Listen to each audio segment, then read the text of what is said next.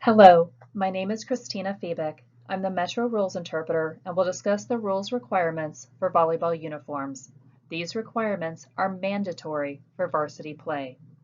Because some schools have uniforms that are in good shape but are not legal due to the dark light color legality and compliance requirements we will discuss in this presentation, those uniforms may be used for sub-varsity play only. It is expected that any new uniform purchases will comply with current uniform requirements. All uniforms shall adhere to the following. Uniform tops, with the exception of the libero, shall be light colored, and uniform bottoms shall be light colored. Uniforms shall be worn as the manufacturer intended. The rule goes on to state that bare midriff tops are not allowed. Uniform tops must hang below or be tucked into the waistband of the uniform bottom when the player is standing upright. A single manufacturer's logo, no more than 2¼ inches square, is permitted on each piece of the uniform, provided the placement does not interfere with the visibility of the player's number. An American flag, no longer than 3 inches by 2 inches, can be worn on each uniform piece. Commemorative or memorial patches, no longer than 4 inches square, may be worn on the uniform. The number must remain clearly visible. Sublimated team mascots are legal, and while we don't recommend putting them directly under the number as in this example jersey is legal because the number is still light while the jersey is dark. School references are allowed on the sleeves of the uniform top without size restriction. Glitter and body paint are illegal. This change clarifies what happens when a team has attempted to remove glitter or body paint but can't get it all off.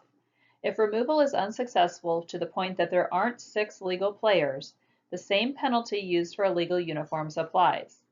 A loss of rally point awarded to the opponent at the beginning of the match, and the Minnesota State High School League shall be notified by the referees in an after-match report.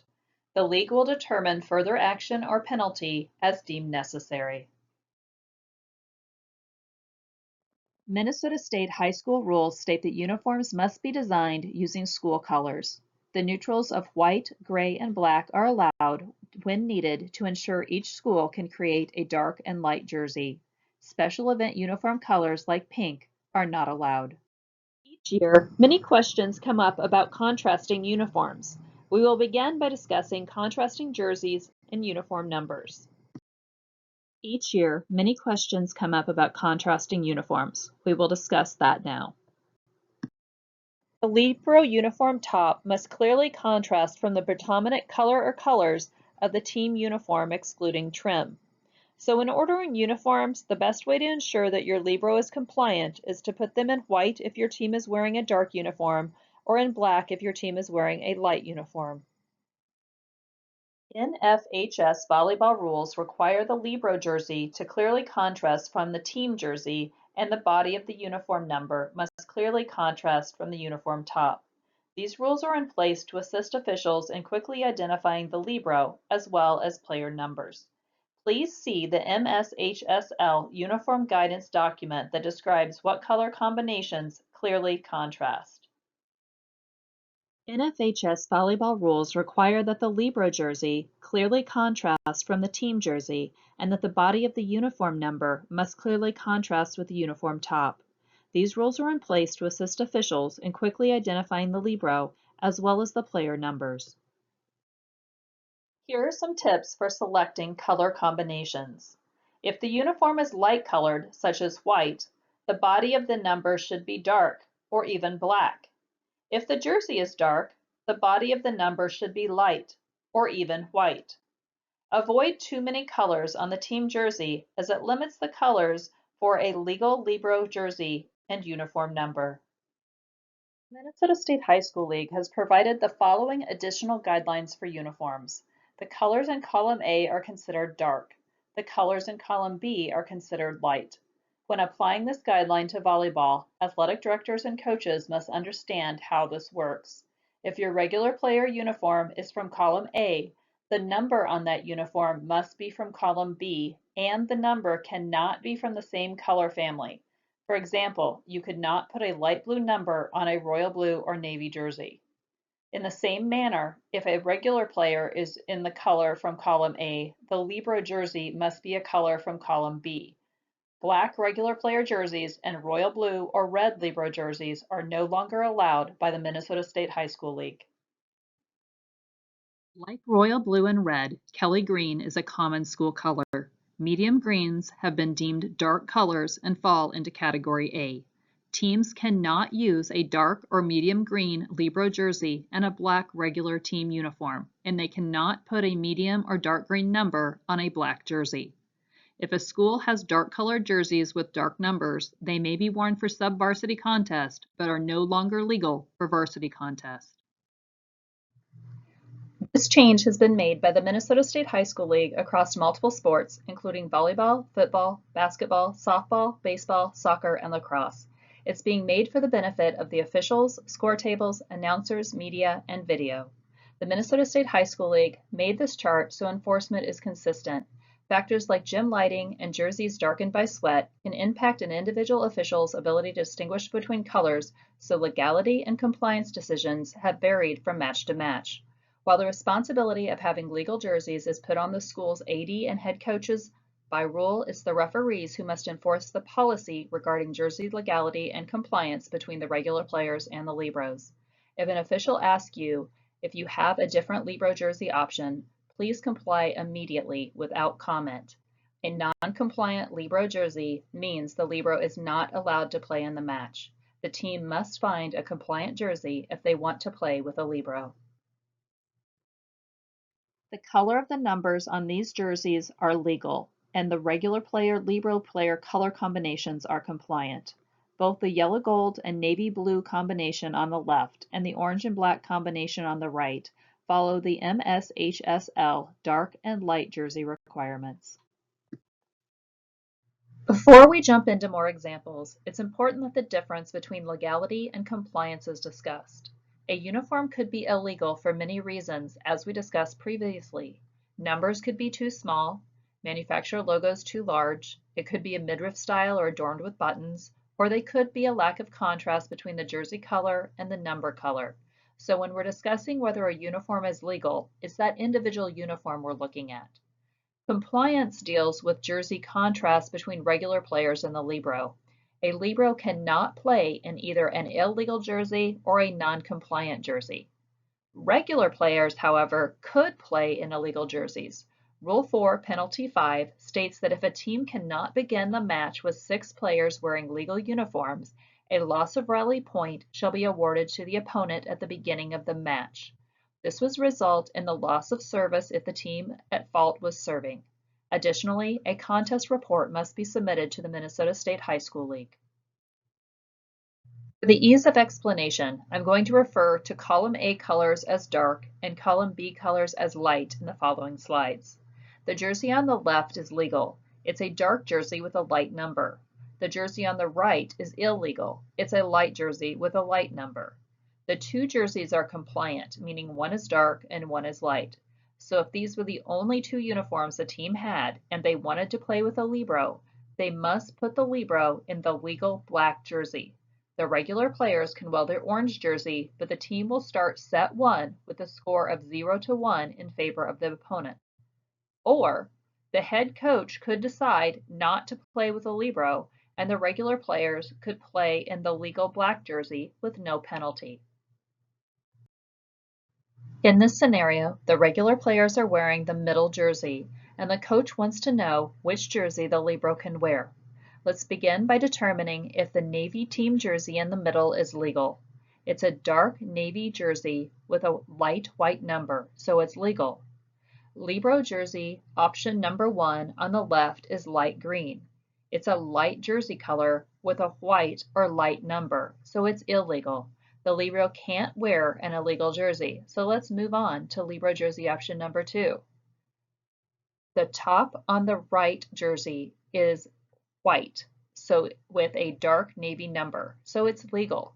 The Libero jersey on the right is compliant with the regular player jersey in the middle, so you could play with those two jerseys. In fact, either the libero or the regular players could wear either of those jerseys and you would still be in compliance. You might ask, what if the light green jersey on the left had a navy number? That would make it legal. So could the libero wear it then? The answer is no, because that jersey is not compliant. There are two predominant colors in the regular jersey, navy and light green. The libero jersey can't be either of those colors. Mirror image jerseys are non-compliant. Same concept here. The regular team jersey in the middle is legal, a dark navy shirt color with a light white number. The libero jersey option on the left is legal, a light white shirt color with a dark navy number. The libero jersey option on the right is illegal, a light blue shirt color with a light white number.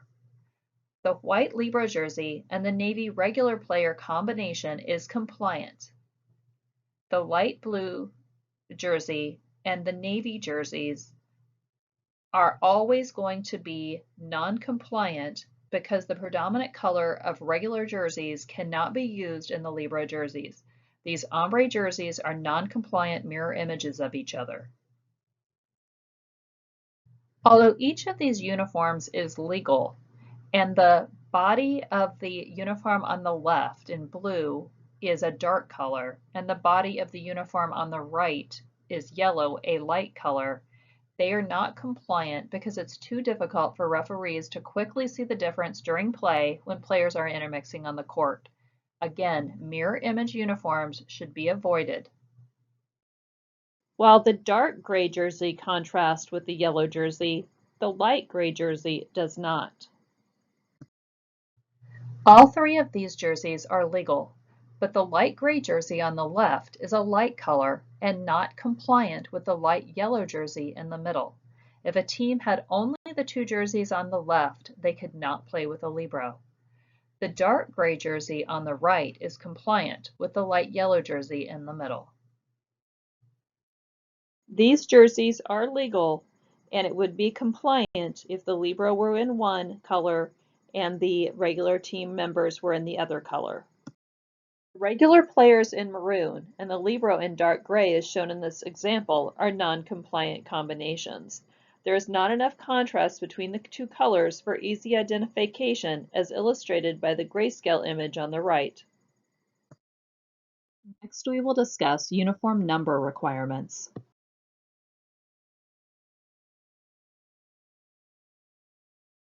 Legal numbers are 0 to 99.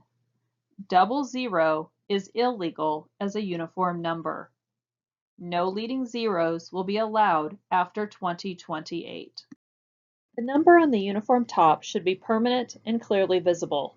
It should be written in Arabic font and should be a solid color that contrasts with the jersey color regardless of border. If used, the border can be no more than 1/2 inch wide. The number must be a minimum 4 inches tall on the front and 6 inches tall on the back, and at least 3/4 of an inch wide at its narrowest part. Numbers that are only border and use the jersey color as the stripe, as shown here, are not allowed and should not be worn for varsity contests. The body of a uniform number must clearly contrast from the body of the uniform regardless of trim.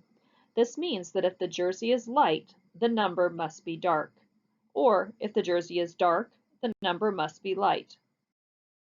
The Minnesota State High School League dark-light uniform requirements apply to multiple sports, including volleyball, basketball, football, soccer, baseball, softball, and lacrosse. If your regular player uniform is from column A, the number on that uniform must be from column B, and the number color cannot be from the same color family.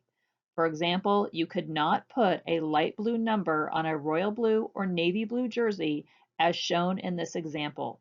The uniform is illegal for varsity play. If a school chooses to put all regular team members in this jersey, they could begin a match with a loss of rally point to the opponent at the beginning of the match. The referees must file an MSHSL contest report. The libero is not allowed to play in this jersey. These are examples of illegal dark number combinations on dark jerseys. Number outline color is not a factor considered in eligibility. If a team has an illegal combination and is unable to begin the match with 6 players wearing legal combinations, a loss of rally point is awarded to the opponent at the beginning of the match, and the referee should immediately file a contest report with the Minnesota State High School League. The libero cannot play in this uniform. If multiple colors are used on a uniform top, the number should not use any of these colors.